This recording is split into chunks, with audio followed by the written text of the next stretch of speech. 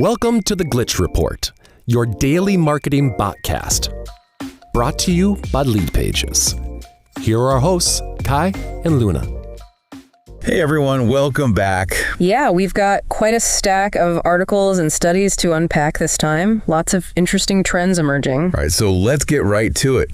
We're going to kick things off by looking at the impact of ChatGPT on publisher website traffic. Then we'll move on to YouTube's new premium Lite tier and what it means for viewers and advertisers. And finally, we'll wrap things up with a deep dive into TikTok advertising. Sounds like a plan. Let's dive in. So first up, ChatGPT. I've been seeing headlines about this 8-fold increase in traffic that some publishers are seeing from ChatGPT referrals. That's got to be a good thing, right? More eyeballs, more engagement. Well, hold on a second. It's not quite as simple as that. While the growth is definitely eye-catching, it's important to remember that we're talking about an increase from a very, very small starting point. Oh, okay. So not exactly a flood of new readers then. Exactly. SimilarWeb, which tracks web traffic, found that even with this 8-fold jump, ChatGPT referrals still account for less than 0.1% of overall traffic from most publishers. Okay, so what's the real story here?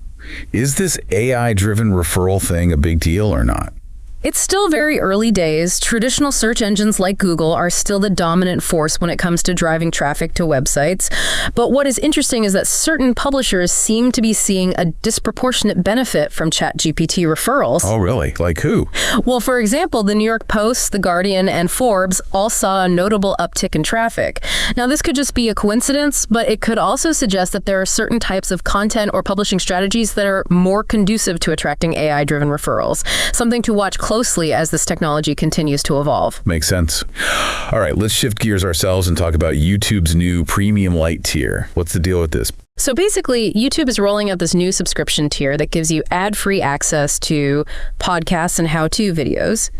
The catch is it's only ad-free for those specific types of content. Everything else still has ads. Ah, I see. So not quite the full ad-free experience that you get with YouTube Premium, but I imagine it'll be offered at a lower price point. Exactly. That's the idea. They're testing the waters to see if viewers are willing to pay a smaller fee to ditch ads on at least some of their content. Yeah, makes sense. And they're being pretty strategic with the rollout, too. They're testing it out in the US, Australia, Germany, and Thailand. Quite a diverse mix of markets. Definitely. Seems like they're trying to get a sense of how different audiences with different viewing habits and price sensitivities will respond. It'll be interesting to see how this plays out. Could be a win for viewers who just want to skip the ads on certain types of videos, but it could also be a clever way for YouTube to make their full premium options seem even more attractive. Yeah, or it could cannibalize their existing ad revenue if enough people opt for the Lite version. So many possibilities. Okay, let's move on to our final topic for today, TikTok advertising. There's this study out from Dentsu and TikTok, and it's making some pretty bold claims about the ROI of advertising on TikTok. Right. Now, it's always worth taking studies like this with a grain of salt, especially when they're sponsored by the platform itself. But even with that in mind, the findings are pretty interesting. Okay, so what do they find? Well, they looked at a bunch of different brands and campaigns, and they found that on average, TikTok delivers an average short-term ROI of 11.8. Hold on, did you say 11.8? As in, for every dollar spent, brands are getting nearly $12 back. That's right. And it's not just about short-term gains either. They also found a long-term ROI of 4.5, which is significant for building brand awareness and loyalty over time. Wow. Okay, so TikTok's not just for viral dance trends anymore. It sounds like it's a serious contender in the advertising space. It definitely seems that way.